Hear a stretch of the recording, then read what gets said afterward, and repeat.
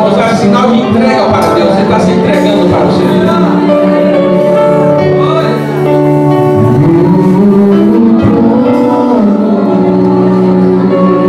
E ao Cordeiro. Ao Cordeiro. Glória a Deus. Seja o louvor. Seja o louvor.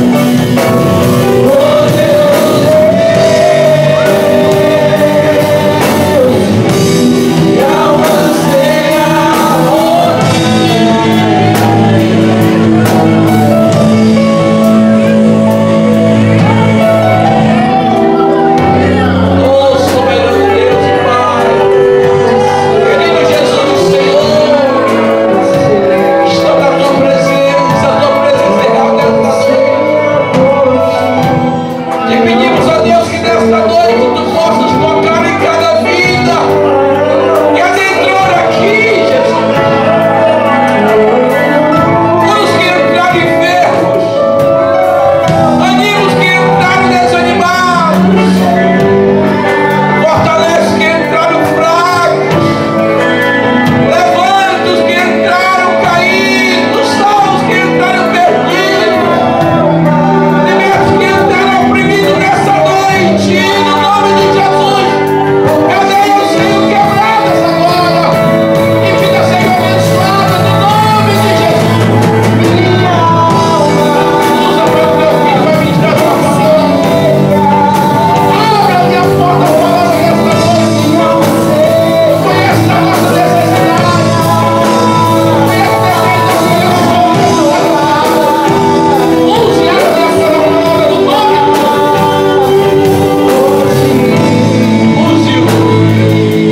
no nome de Jesus. Use-o no nome de Jesus. No nome de Jesus.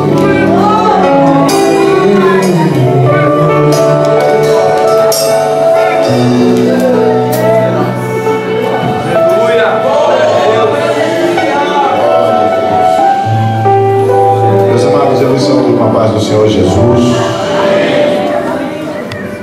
Glória a Deus. Quero falar da minha alegria em poder estar aqui conosco, Glória a Deus. para adorarmos o nome do Senhor, porque Ele é bom e as suas misericórdias duram para sempre. E ela se estendeu e chegou até nós, e por isso estamos aqui adorando a Deus. Deus seja glorificado pela vida do pastor Sintra, esse servo de Deus que é nosso amigo, e que Deus o enviou para aqui com o propósito de abençoar e ser abençoado. Sua esposa, irmã Guinete, Deus continue abençoando. Este casal, outro dia eu preguei em uma das cidades que o pastor Sintra pastoreou no decorrer do seu ministério. Encontrei alguns obreiros e alguns irmãos que diziam: nós temos saudade do pastor aqui. Isso é bom. Ruim é quando alguém diz assim: livre estou, graças a Deus que foi embora. Mas quando alguém diz: temos saudade do trabalho desenvolvido aqui, é a confirmação de que Deus abençoou naquele período aquele povo lá. O Senhor trouxe com um propósito para esta igreja. Eu sei que Ele está diante de um grande desafio, que é a construção dessa sede. Mesmo ainda sem conversar acerca dos detalhes daqui, eu conversei com alguém hoje em Porto Seguro e disse assim: a igreja de Eunápolis vai ficar uma das igrejas mais bonitas do estado da Bahia. Deus abençoe, pastor. Eu quero agradecer a Deus pela vida de cada obreiro aqui, do pastor Renato, esse servo de Deus, que teve coragem de me convidar para vir aqui pregar em sua igreja. Esse servo de Deus que nós admiramos, pregador do Evangelho, pastor de igreja aqui, que Deus continue abençoando seu ministério, em nome de Jesus. A cada obreiro, a cada companheiro aqui, que Deus abençoe. De Feira de Santana, eu estou vendo um conterrâneo ali. Isso, aquele casal abençoado ali. São de lá, viu? Nós estamos esperando vocês lá. Vocês estão aqui no estado. Vocês sabem que vocês são do nosso início lá no Toma, lá. Deus abençoe esses irmãos em nome de Jesus. Eu trago de Feira de Santana da vossa co-irmã a paz do Senhor Jesus, como também a paz do Senhor Jesus do nosso pastor presidente, pastor José, para o pastor Sintra, para esta igreja, para todos os obreiros aqui. Eu gostaria que você se colocasse de pé, querido, mais uma vez, e abrisse a sua Bíblia no segundo livro de Samuel, capítulo de número 6. Estaremos fazendo a leitura de alguns versículos aqui.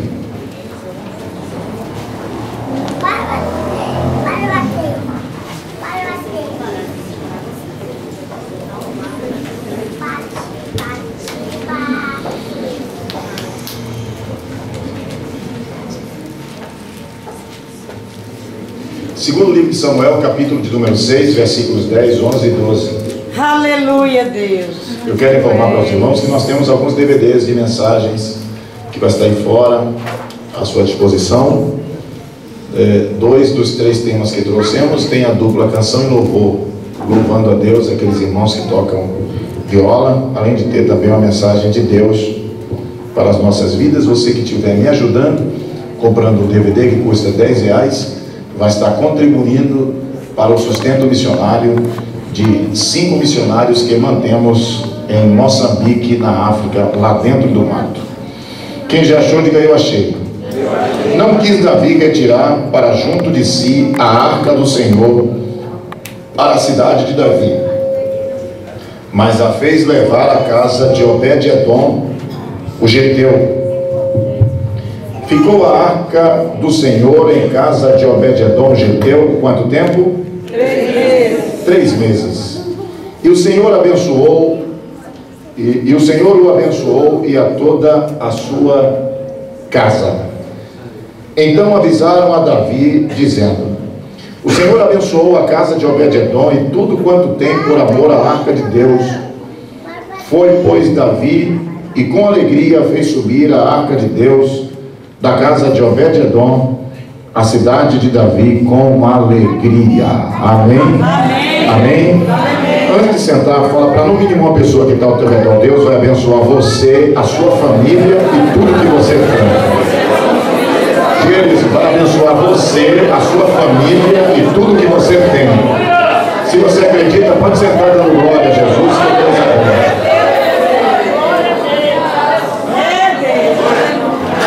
bom. Amados, deixa eu falar rapidamente aqui para os irmãos do que aconteceu aqui de fato neste capítulo de número 6, segundo livro de Samuel.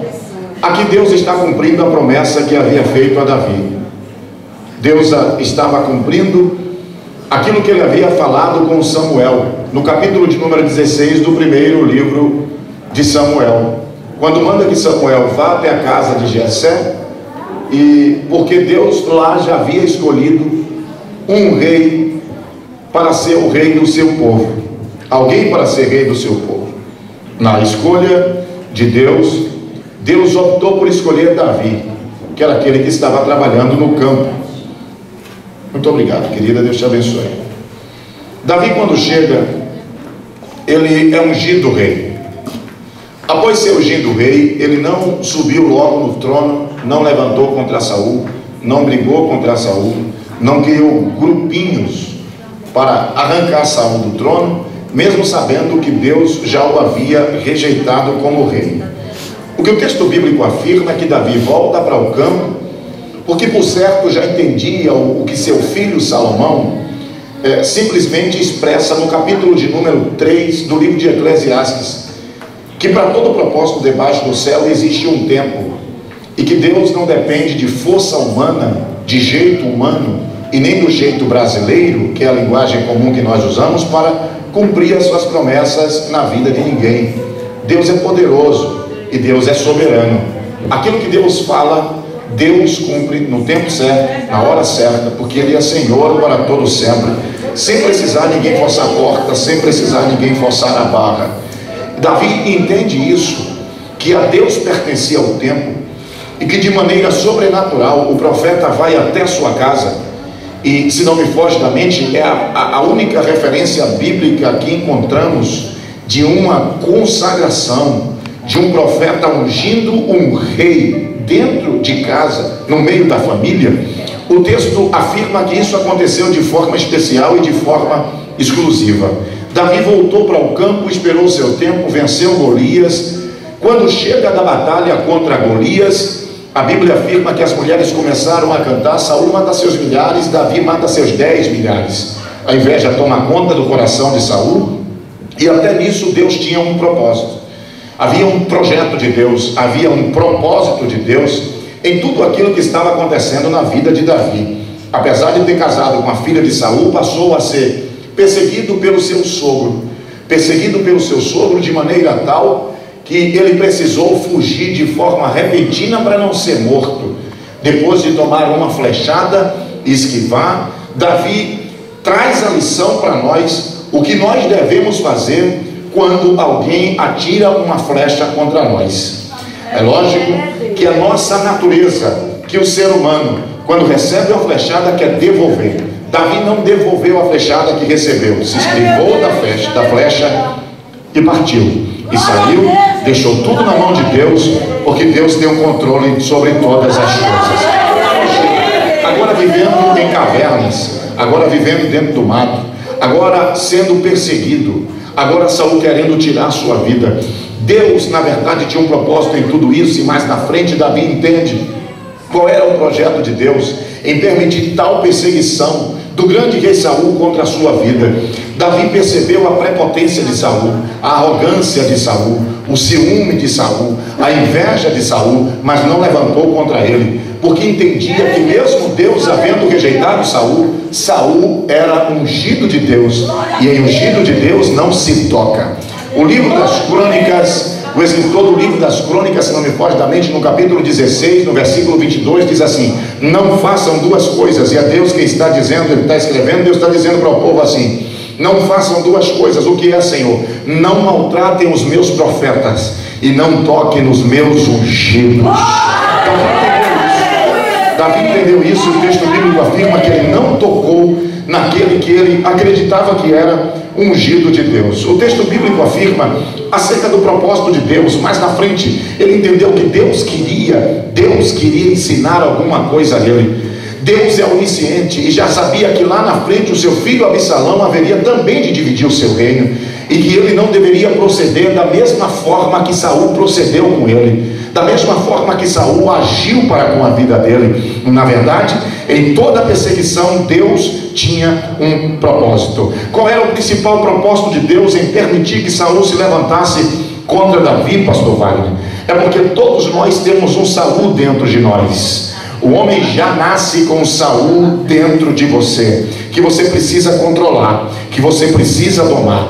Há quem diga que aquele que deseja conhecer o homem precisa viver com ele quando ele tiver três coisas, ou uma das três coisas. A primeira é a fama, depois a posição e depois o dinheiro. Quando o homem tem fama, quando o homem tem posição, quando o homem tem dinheiro, às vezes quando ele perde o controle da situação, a prepotência toma conta da sua vida, a arrogância toma conta da sua vida, e ele começa a pisar em pessoas, destruir pessoas, porque não estão no mesmo nível que ele. O que Deus estava querendo era permitir que o Saul de fora, que as lições do Saul de fora matasse o Saul que havia dentro de Davi.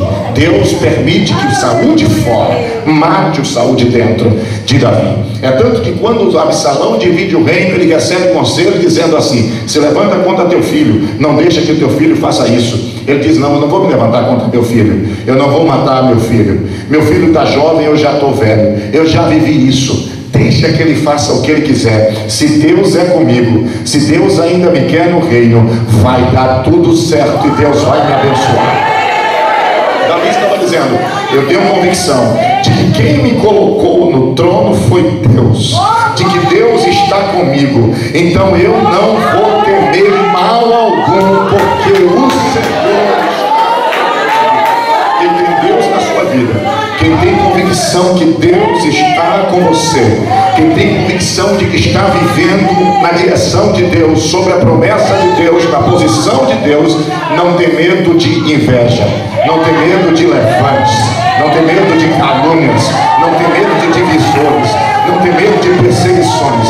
Levante quem se levantar, haja o que houver, ele permanece na sua posição.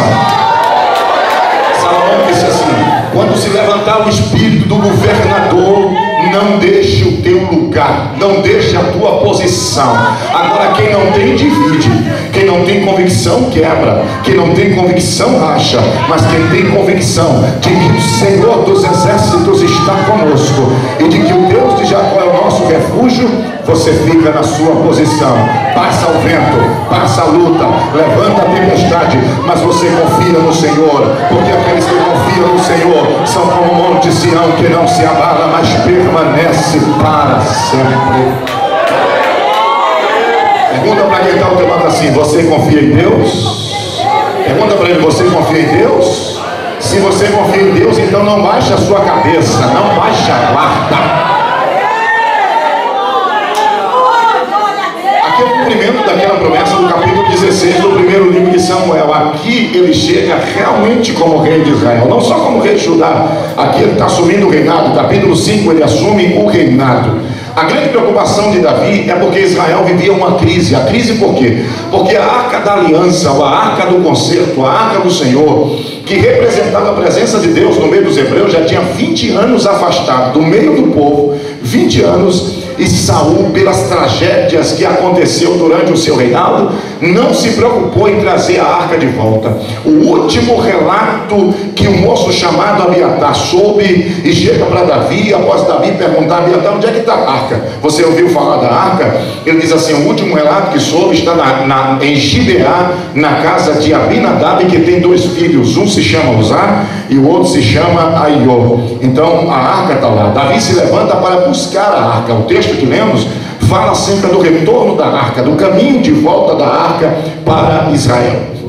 Essa arca que a Bíblia está mencionando aqui não é aquela mesma arca do capítulo de número 6 do livro de Gênesis, aquela arca que foi construída e enfrentou o dilúvio e permaneceu intacta após o dilúvio. Aquela mesma arca que abrigou todas as espécies de animais, ou 2 de cada espécie, 2 animais de cada espécie, e abrigou toda a família de Noé e flutuou com eles o período de fato que eles permaneceram dentro da arca. Eu já vi alguém dizer que foi 40 dias e não foi, já vi alguém dizer que foi 150 dias e não foi, porque a Bíblia fala. Quanto tempo foi, pastor, que os animais e a família de Noé ficaram dentro da arca? 1 ano e 10 dias. Capítulo de número 7, versículo 8, 9 e 10 do livro de Gênesis. Capítulo de número 8, versículo 10, 11, 12, 13 e 14 do livro de Gênesis. Você vai lá, faz a conta, vai perceber que ficaram 1 ano e 10 dias dentro da arca. Depois de 1 ano e 10 dias, a porta da arca havia se fechado. Noé abre a porta da arca. Por que não dizer Deus abre a porta da arca e eles saem intactos? Porque enfrentaram a tempestade escondidos dentro da arca. Aquele que habita no esconderijo do Altíssimo, a sombra do Onipotente, vai descansar no meio da tempestade. Eu vim dizer para você esta noite aqui: não importa a tempestade que você está enfrentando, a segurança em Deus, a confiança em Deus vai fazer você descansar o teu coração.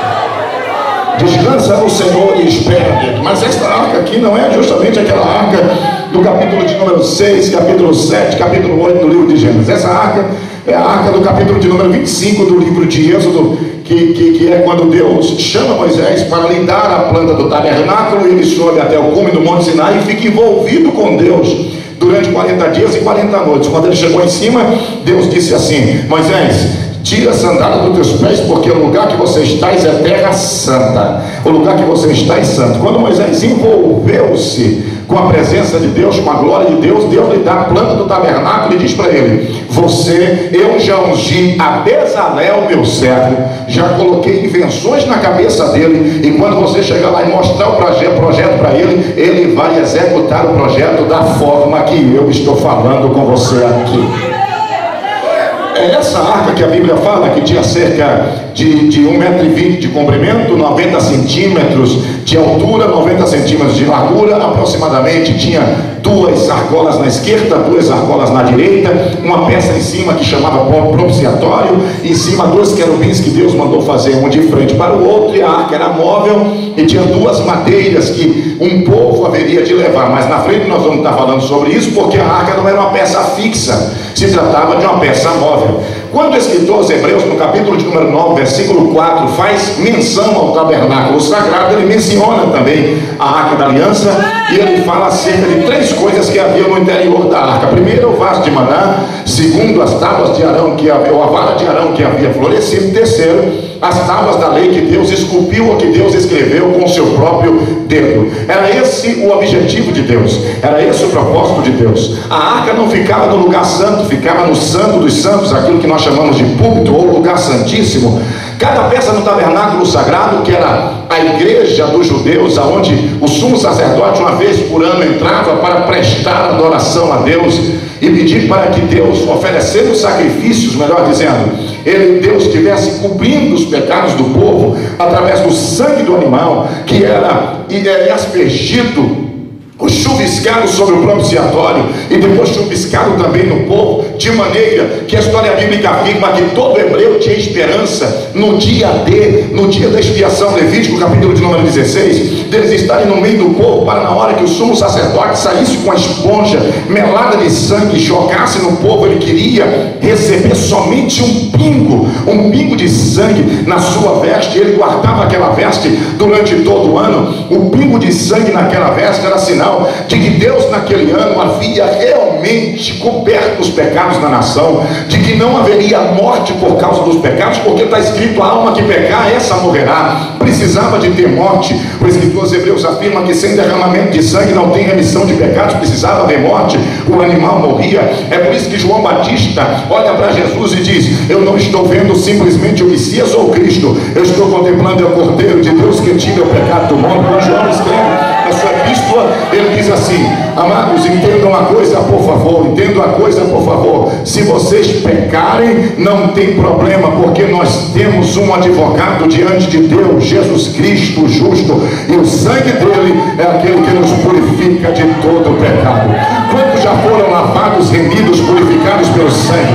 Levante olhe suas mãos para os céus e dá glória para Jesus em forma de agradecimento. Eles queriam receber, eles iam para frente no dia da expiação. Quando, meu Deus do céu, quando aquele moço chamado Simeão chega em Jerusalém, aleluia, depois de andar 1.600 quilômetros de onde ele estava até Jerusalém para a festa da Páscoa, quando ele vai entrando na cidade, se depara com uma cena, sem saber que era Jesus que estava indo para a cruz, era Jesus que estava carregando a cruz, e ele vem na esperança com as suas vestes de receber a aspersão, receber simplesmente um pingo de sangue na sua veste. Já vem preparado para a festa. Era o dia da festa, de uma das festas principais dos judeus. A história bíblica afirma, ou a Bíblia afirma, melhor dizendo, que de repente, quando Jesus pela fraqueza,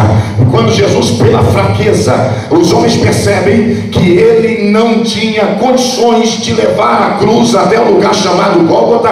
Pega Simão de Cirene. Cirene é uma cidade que ficava a 1.800 quilômetros mais ou menos de Jerusalém, e ele estava caminhando mais ou menos 2 meses até chegar ali, ia adorar a Deus, receber a marca do sangue e voltar para Cirene novamente, porque lá em Cirene, o livro Atos dos Apóstolos, Lucas afirma que tinha uma sinagoga chamada a Sinagoga dos Escravos. Tinha crente lá. Ele vem nessa esperança. De repente ele é constrangido. Obrigaram ele a levar a cruz.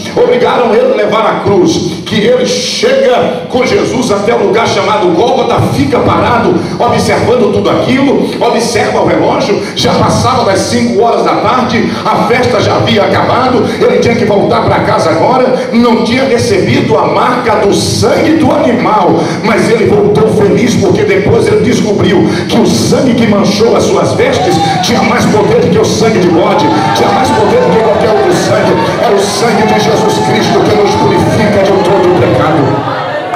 Quando Marcos escreve o seu evangelho,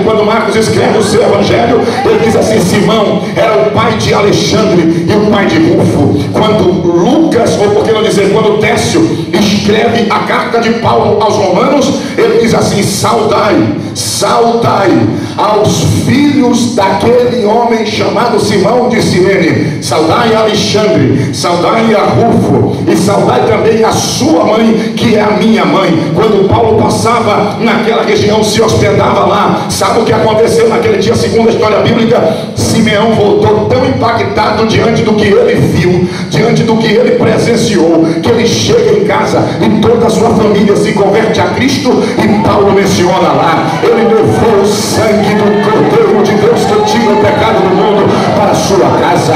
O sangue é aquele que protegeu lá no livro do Êxodo. Aleluia. Sabe por que o diabo não pode tocar em você? Não é simplesmente pelo fato que você serve a Deus, sim, também, mas tem um detalhe: quando o diabo olha para a tua vida, ele vê na tua casa que tem a marca do sangue de Jesus Cristo, do sangue que te purificou, do sangue, aleluia, que está na sua vida. Quem tem sangue tem vida, quem tem sangue tem alegria, quem tem sangue não é raquítico.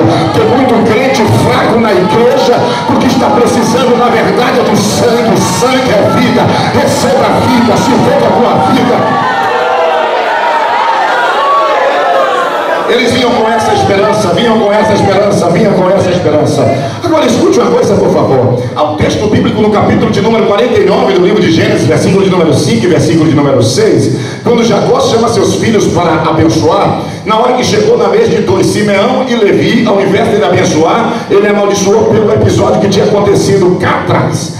Uma vez que Simeão e Levi eram amaldiçoados, Simeão recebeu a sentença. A sua tribo se tornou a menor. Ele passou por diversas dificuldades. Levi foi espalhado de sobre a face da terra. Não tinha herança. Era amaldiçoado pelo pai. Fala para quem está ao teu lado, só para ele não esquecer. Por favor, diga assim, ó. Levi foi amaldiçoado. Diga ele. Levi era amaldiçoado. Diga isso, por favor. Levi era amaldiçoado. Não esqueça que Levi era amaldiçoado. O texto bíblico está dizendo que Jacó amaldiçoou seu filho Levi. Quem era amaldiçoado estava condenado ao sofrimento. Jamais iria dar certo na vida, jamais iria prosperar na vida. Agora sai de Gênesis capítulo 49, versículos 5 e 6. E me acompanha na Bíblia, por favor, e eu vou terminar rapidinho. Capítulo de número 32 do livro de Êxodo. O que é que temos ali? O episódio do bezerro de ouro. Moisés em cima do monte com Josué, envolvido com Deus, recebendo as tábuas da lei que Deus escreveu ou esculpiu com seu próprio dedo. E o povo embaixo.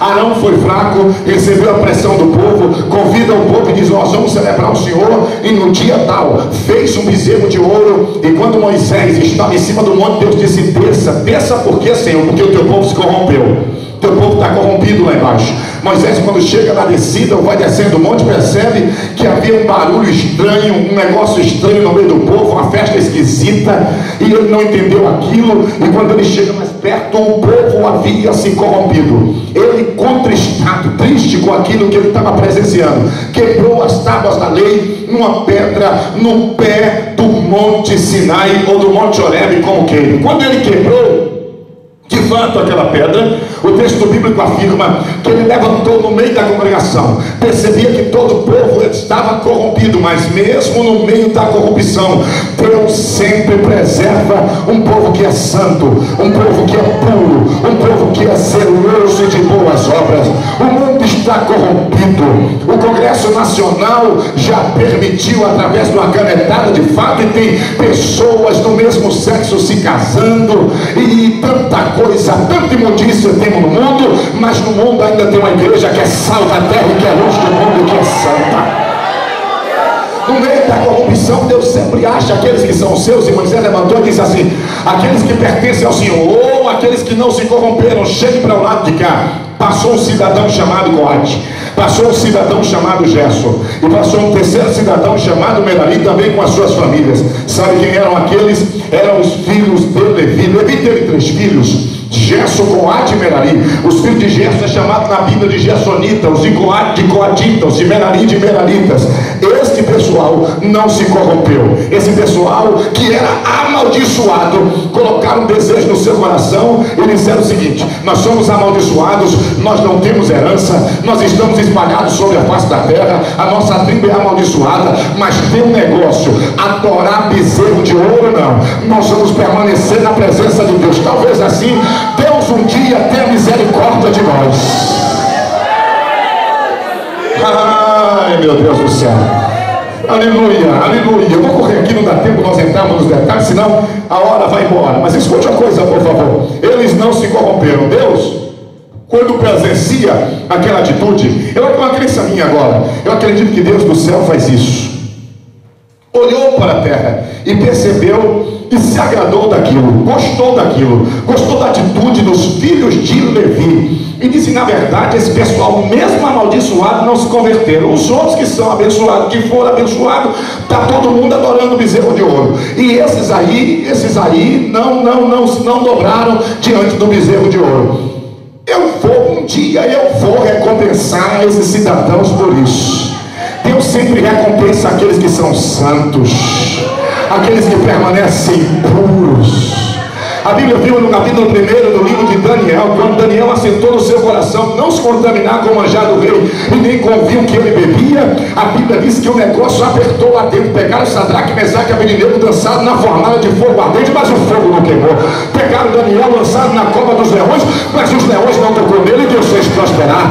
Deus vai te fazer prosperar na condicional. Deus vai fazer você prosperar na condicional.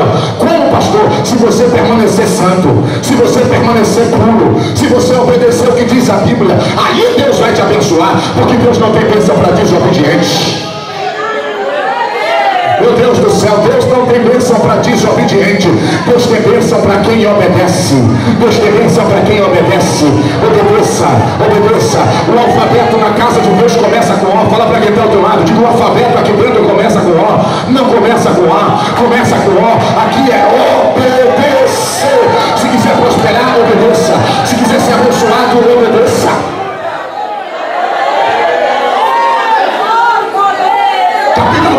Capítulo 2 e capítulo 3 do livro de Números, a Bíblia afirma que Deus chamou Moisés e disse: faça um censo do povo, conte aqueles que são de 20 anos para cima. Aí Moisés começou a fazer o censo do povo, começou a contar os da tribo de Rubens, da tribo de Gad, da tribo de Azer, da tribo de Naftali, da tribo de Zebulon, da tribo de Isacar, e ele vai contando a tribo. Quando chega na vez de Levi, Deus disse: não conte.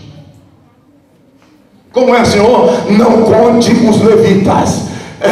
Não contar os levitas. Eu já contei quase todas as tribos, só falta contar essa. Por que o Senhor não quer que eu conte? A Bíblia afirma que Deus disse assim: todo primogênito que nascer na família, o primeiro filho masculino, o primeiro do sexo masculino que nascesse da família, Deus disse: é meu. É meu, eu vou cuidar dele. Esse aí vocês entregam para mim. Esse aí vocês consagram para mim. Porque confirma a palavra que o pastor Cida acabou de pregar aqui sobre a oferta. Deus não aceita estar em segundo plano. Deus aceita primícias. Deus deseja estar em primeiro lugar na vida do ser humano. Fala para quem está ao teu lado: coloca Deus em primeiro lugar na tua vida. Dá para Deus o primeiro. Deixa Deus em prioridade. Deus é poderoso.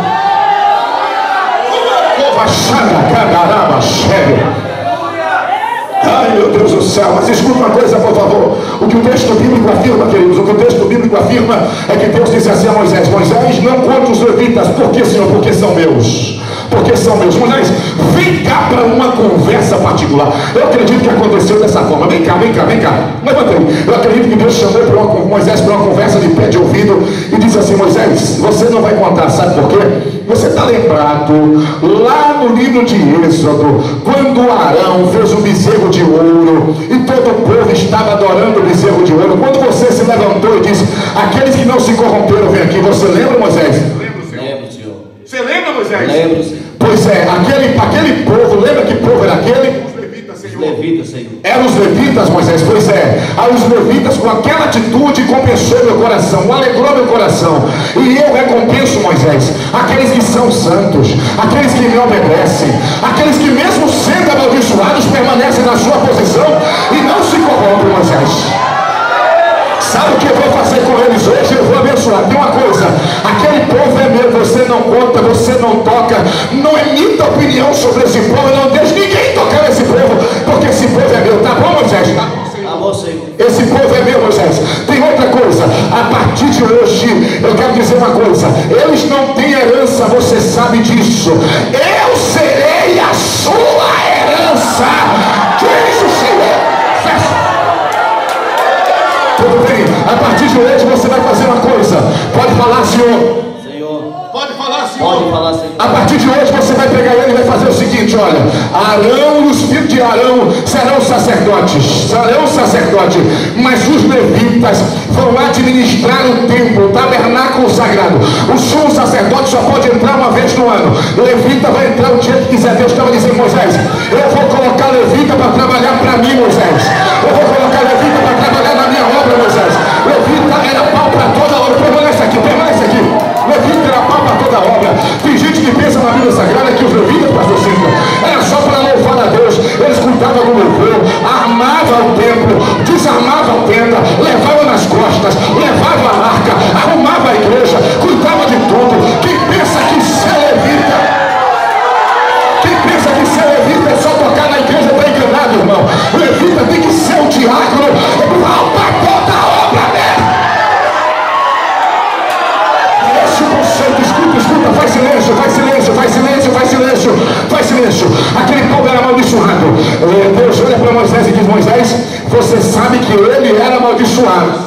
Sim, Senhor. Eles são amaldiçoados. Você sabe que ele não tem herança, eu já tem herança. Tem outra coisa, eles são amaldiçoados, mas hoje eu estou convertendo a maldição em bênção, porque eu sou o Senhor Todo-Poderoso. Eu sou o Senhor Todo-Poderoso. Me fala, Senhor, o que é que eles vão ganhar? Quem é que vai pagar ele? O dízimo do povo, você vai dar ele. Ai, meu Deus do céu, você não entendeu, por isso não deu glória. Então me escute aqui agora. Deus estava dizendo assim: levitas estão condenados ao sofrimento.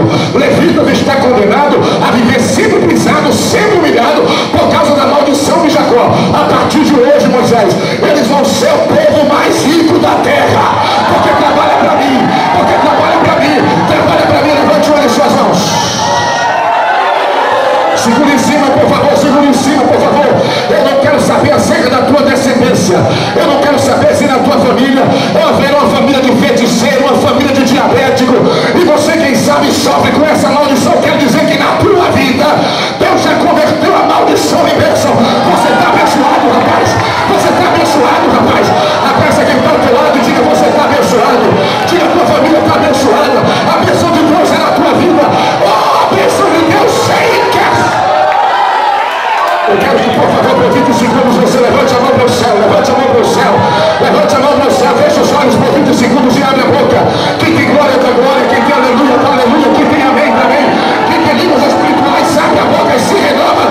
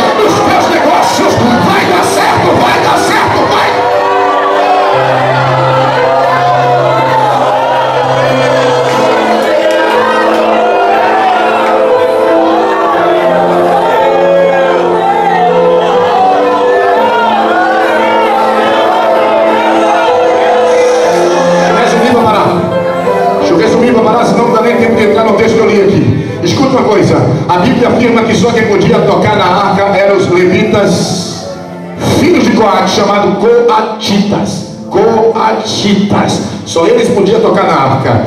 Na hora que Moisés dizia: vamos avançar daqui, quem desmontava o tabernáculo era o levita, quem levava nas costas era eles, e tinha que ir na frente. Tinha que ir na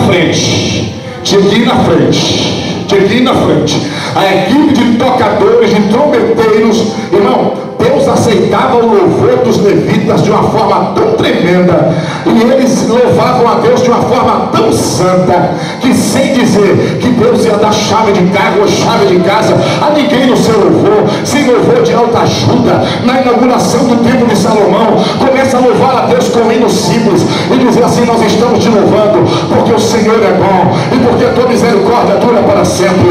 O Senhor é bom, a sua misericórdia dura para sempre. O Senhor é bom, a sua misericórdia dura para sempre. Deus desceu para receber o louvor embaixo. Eles não tiveram condições de ministrar, porque a glória do Senhor tomou todo o ambiente. Quando você abre o seu coração para adorar a Deus, a glória de Deus enche a casa, enche a tua. Tinha que levar, era a linha de frente, levita, era a linha de frente. Um morava na esquerda do templo, outro morava na direita e o outro morava atrás. Pau para toda a obra. Aqueles irmãos levavam a arca sempre. Os filhos de Coate sempre iam na frente. Quando a arca ia na frente do povo, porque Deus não queria que a arca fosse atrás, quando o povo saía para a batalha, a arca ia onde? A arca ia onde? A arca ia na frente. Capítulo 3 do livro de Josué, a Bíblia diz que quando as nações viam que os levitas vinham com a arca na frente, sabia que aquele dia eles perderiam a batalha, porque Deus dos hebreus estava na frente do seu povo. Era um sinal de que Deus estava indo na frente. A Bíblia diz assim que Deus falou com Josué: Josué, coloca os levitas na frente, eles também são sacerdotes. Quando a planta dos pés deles forem molhadas pelas águas do Jordão, o Jordão se abre e o povo vai atravessar pés enxutos. Eles foram na frente. Quando eles pisaram no Jordão, que as águas do Jordão banharam essa parte da frente dos pés, o Jordão se abriu e todo o povo atravessou. E Deus disse: pegue as pedras, porque vai servir de testemunho isso, porque eu sou o Senhor que vai na frente. Quando Deus vai na frente, as portas se abrem. Quando Deus vai na frente, os inimigos caem por terra. Quando Deus vai na frente, não tem obra de macumbaria, de bruxaria, não tem nome de boca de sapo, não tem maldição que fique na frente. E eu gostaria que você levantasse hoje suas mãos, por favor, que eu estou pregando o Bíblia e vou profetizar o que diz a Bíblia. Você vai voltar para casa esta noite, mas escuta a palavra de Deus para você. Deus está dizendo para você que Ele não vai atrás. Ele está dizendo em Isaías 45: eu irei adiante de ti, endireitarei os caminhos tortos, quebrarei as portas de bronze, despedaçarei os ferros de ferro, vou te dar os tesouros das escuridades, as riquezas encobertas, para que saiba que eu sou o Senhor, que te tomo pela tua mão direita e que te diz: não temas, que eu te ajudo. Quando você chegar lá, já deu certo, já deu certo. Eu quero ouvir o barulho de crente pentecostal. Eu quero ouvir o barulho de crente pentecostal. Só quem é pentecostal faz barulho de crente pentecostal aqui.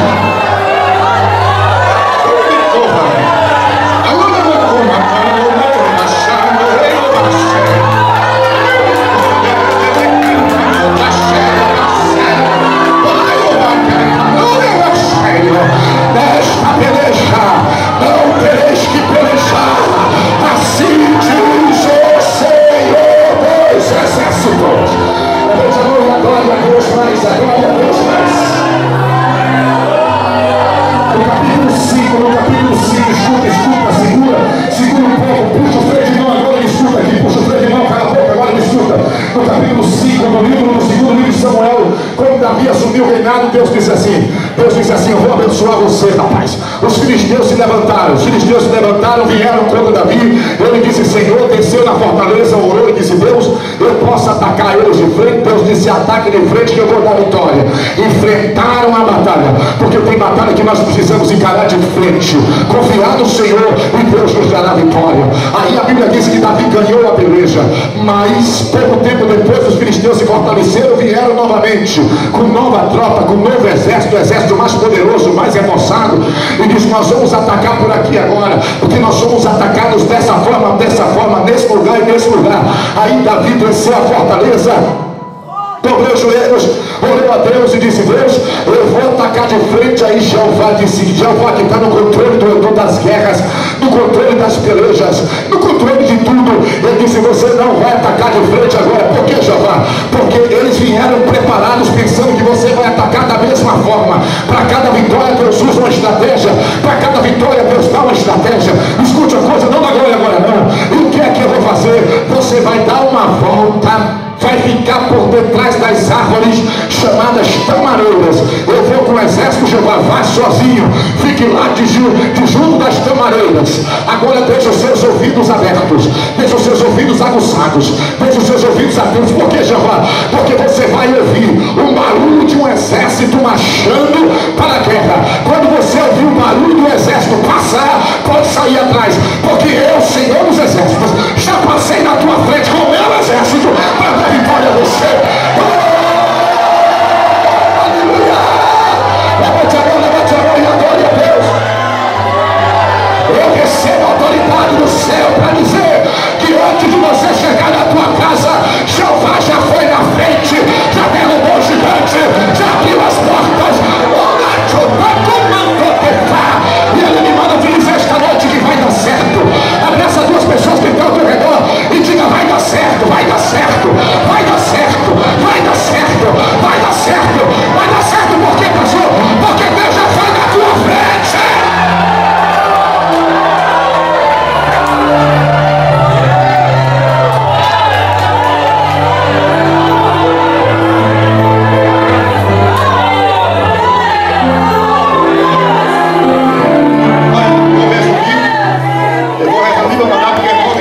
Deixando esse embalo aqui, a gente vai embora. Então escuta aqui.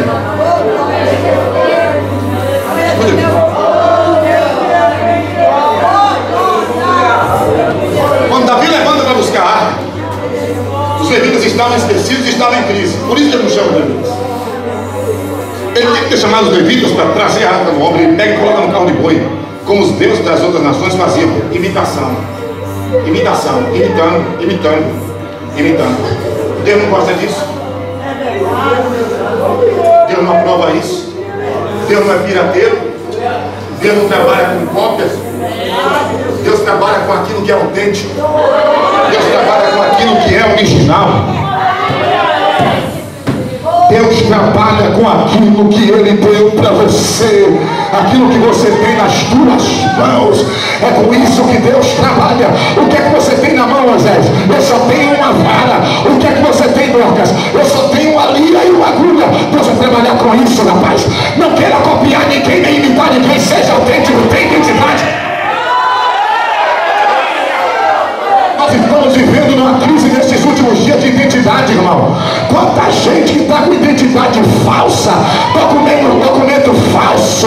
Quanta igreja que está com identidade falsa.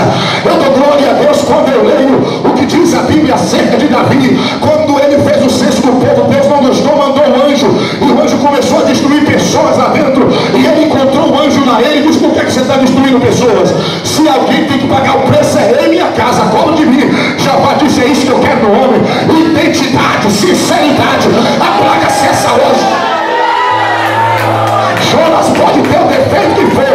Você pode até falar mal de Jonas, mas no dia de perguntar a ele de que ponto você é, de onde você vem e quem é o teu Deus, ele disse: olha, a tempestade é por causa de mim. Eu não vou baixar um taco, não. Eu estou de cabeça erguida. A tempestade é por minha causa. Estou fugindo da presença de Deus. Eu sou hebreu, sirvo ao Deus do céu. Faça o que você quiser, mas a verdade é essa.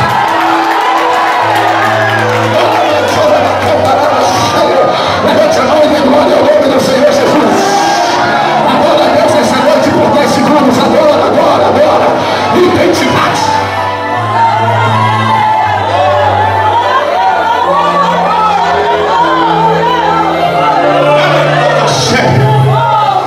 Eu tenho responsabilidade para falar o que eu vou falar essa noite aqui, irmãos. E nós estamos no culto doutrina próprio para isso. Tem muita gente mascarada dentro da igreja. Muita gente com máscara dentro da igreja, que não tem coragem de assumir quem você é, não tem coragem de falar sua posição. A Bíblia diz que é melhor a repreensão aberta do que o amor encoberto. Agora não adianta você ficar aqui dentro dizendo: eu estou contigo, e por trás falando mal de você. Irmão, rapaz, não adianta você estar abraçando aqui na frente e por trás está apunhalando, rapaz. Seja quem você é, Deus vai arrancar a tua máscara, rapaz.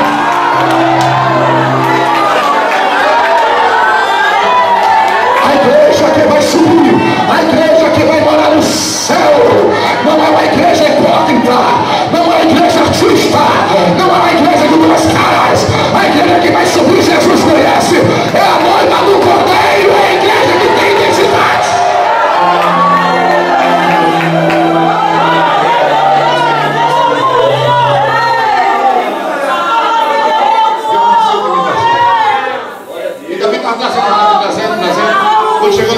Ramona, eu e Migdon.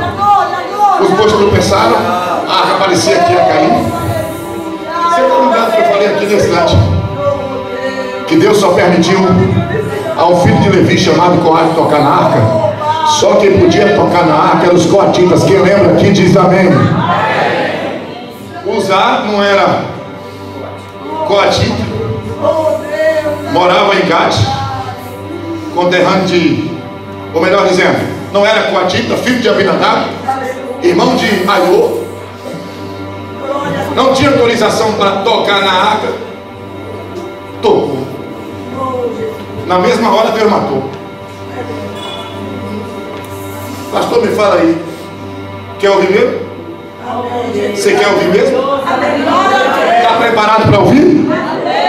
Está sentado? Então encosta aí as costas aí, irmão, para não cair no banco, irmão. Tem coisa aqui dentro da igreja que você não deve meter o bico. Tem coisa aqui dentro que você não deve tocar. Tem coisa aqui dentro que não é da sua competência. A igreja não é sua, a igreja é de Deus. A igreja tem um dono. Aqui não é como você quer, não é como você determina. Aqui é como Deus orienta o pastor e o ministério da igreja. Tire o dedo, tire a mão, porque Deus não aceita esse tipo de coisa.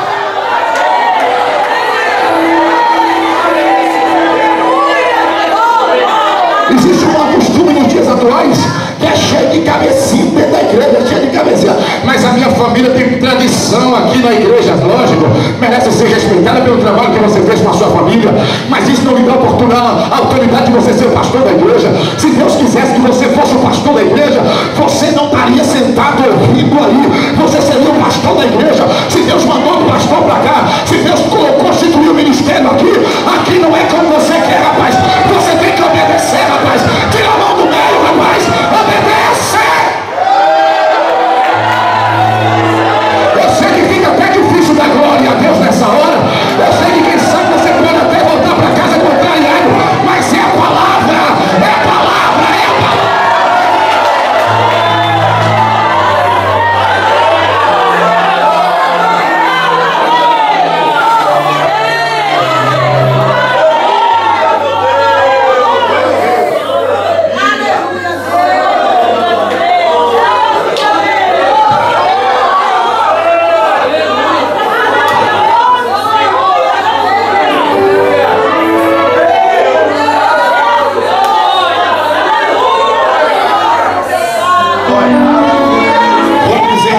Que eu não sei se você vai dar glória, não.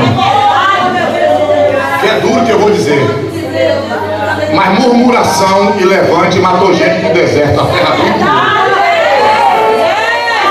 você não ouviu, eu vou repetir. Eu vou dizer: murmuração no deserto e levante, grupinho no deserto contra Moisés fez terra abrigo, minha gente. E o Senhor escuta, cala a boca, escuta. Deus está dizendo esta noite: o Senhor não muda.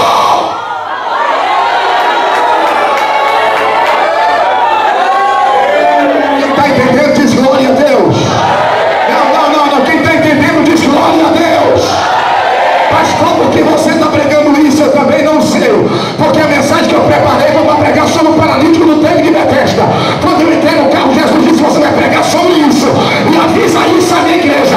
Eu estou lendo a carta do jeito que está escrito. Receba que é de Deus.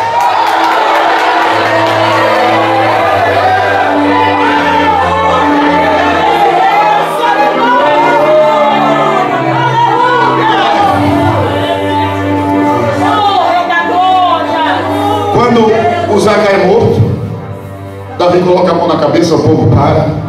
Davi, quem sabe, anda de um lado para o outro e diz: e agora? O que eu vou fazer? Eu não vou trazer a arca. O temor tomou conta do povo, porque Deus é santo. O que eu vou fazer? O que eu vou fazer? Porque parece que Deus é uma crença minha. O texto diz: isso é uma crença minha. Deus diz assim: ó, Davi, leva a arca para casa de Obed-Edom.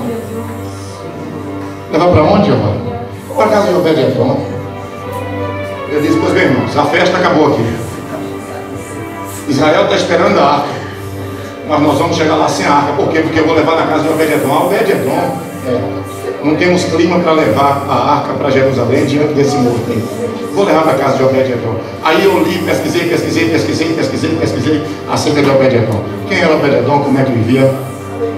Encontrei um historiador que afirma o seguinte: que Obed-Edom era um cidadão que tinha boas condições financeiras, mas que foi vítima de uma quadrilha de ladrões, cortador, migrador, devorador e destruidor, que entrou em sua casa e acabou com a sua vida financeira, com a vida de sua família.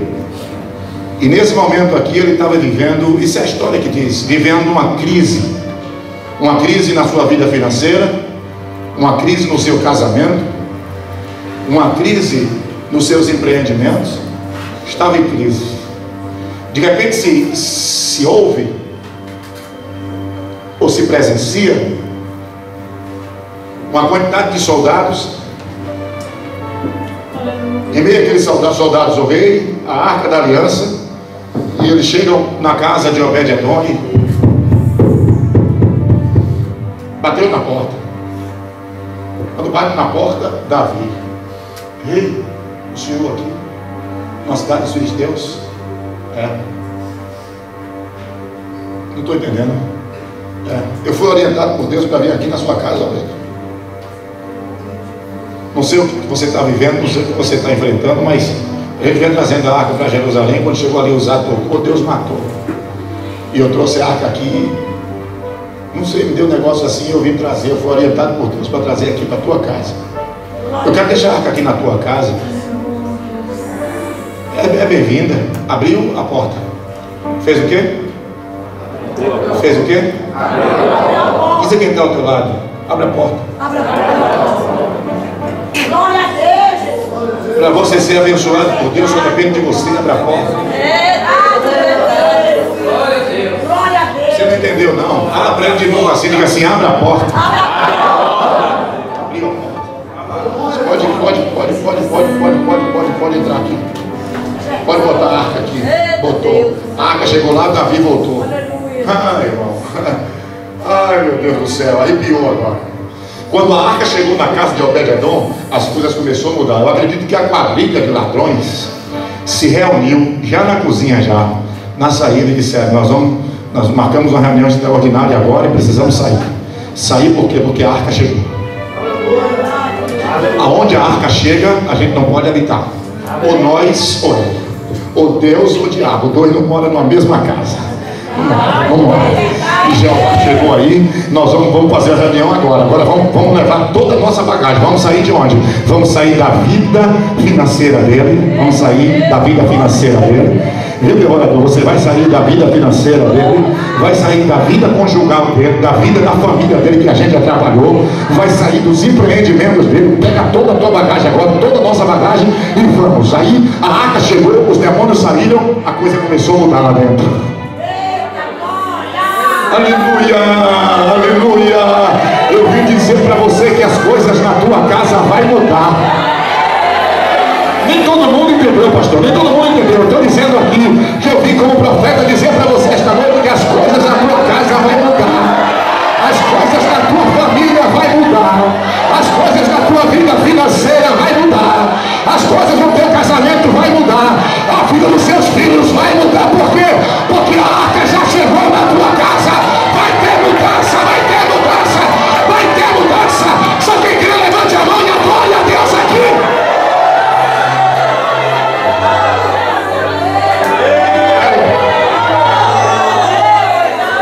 Lá quanto tempo? Quanto tempo? 3 meses. Rebuliço na cidade. Rebuliço. Fama. Comentário. Os fofoqueiros de cidade pequena, você sabe como é que é, né? Fofoqueiro de cidade pequena. A senhora vai dizer: rapaz, você estava quebrado, falido ontem. E o que aconteceu na tua vida hoje? Deus. Deus, dessa maneira.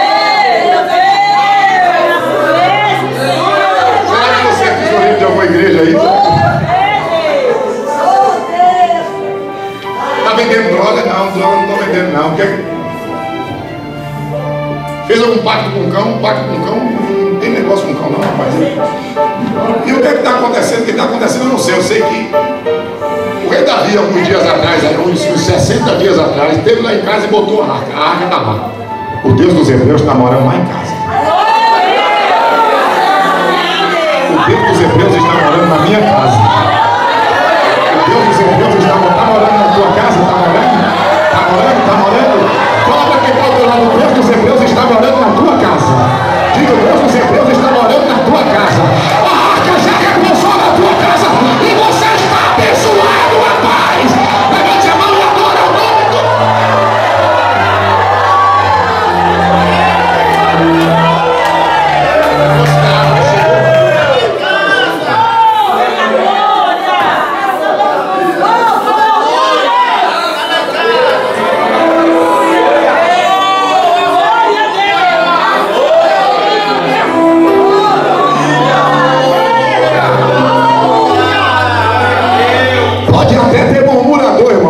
chegar em tua casa, aleluia, pode até causar murmuração, porque quando a arca chegou na casa de Zaqueu, quando Jesus chegou na casa de Zaqueu, tinha murmuradores do lado de fora, e Zaqueu queria se atribular, se Jesus disse, calma rapaz, não se esquenta não, o Filho do Homem veio buscar e salvar quem se havia perdido, hoje veio foi salvação para a tua casa, Jesus estava dizendo, hoje veio foi vitória, foi bênção para a tua casa, na tua casa tem vitória, na tua casa tem bênção, na tua casa tem providência, na tua casa tem a glória de Deus,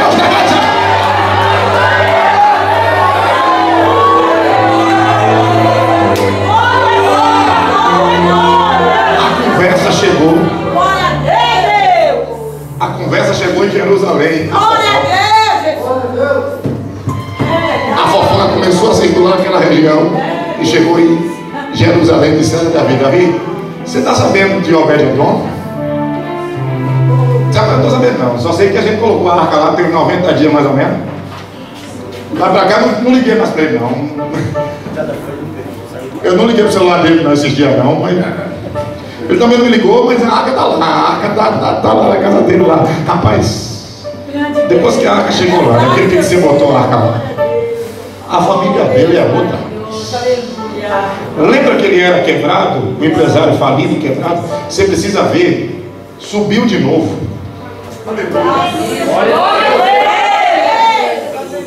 Jó disse assim, a esperança para a árvore cortada. Se as suas raízes permanecerem na terra, ao cheiro das águas, voltará a brotar novamente. Pastor, mas eu estou quebrado, não interessa, tem raiz, as águas de Deus, os rios de Deus, está passando por aqui esta noite, você está no lugar certo. Deus está dizendo, eu vou te levantar de novo, e a glória da segunda casa vai ser maior do que a glória da primeira. Só que acredita, levante a mão e adore a Deus. Vai dar certo, vai dar certo, vai dar certo. No comentário, ó.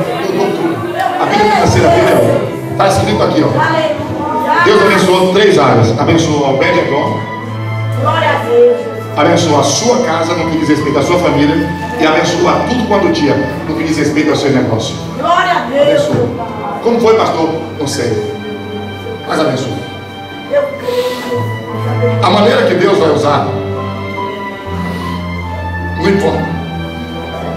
Se vai viver gente ou se vai morrer gente, não importa. O que é importante é que você abençoe. Me perdoa a expressão, me perdoa que eu vacilei agora aqui. Eu não vou ser abençoado.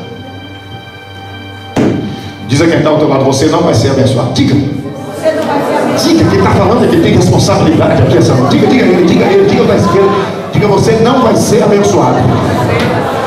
Sabe por que você não vai ser abençoado? Porque você já está abençoado, que a arca já cruzou.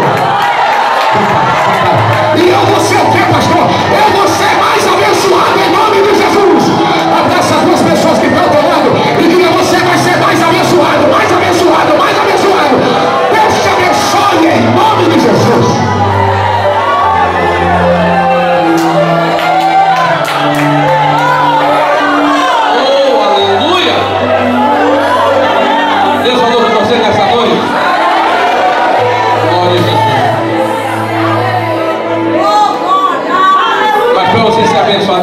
Precisa só de quê? Eu falei que Deus tinha uma mensagem para você nessa noite. Bendito seja o Senhor. Queremos, irmãos, agradecer ao pastor Wagner por estar conosco nessa noite. Queremos agradecer os tocadores, os cantores, cada irmão, cada irmã, as crianças, os adolescentes, os jovens, os irmãos, as irmãs, enfim, todos que estiveram conosco aqui nesta noite. Cada obreiro, o presbítero Juscelino, o grupo ali de Itapuã, presbítero João Ribeiro, presbítero Marcos, pastor Jackson, pastor Daniel, presbítero Adalto, presbítero Valdinei, tem mais presbítero aí? Pastor Renato. Deus abençoe a todos, no nome de Jesus. Amanhã, irmãos, é o início, é a nossa participação lá na congregação de Juca Rosa. Haverá o transporte aqui às 19 horas em ponto. Quem vier depois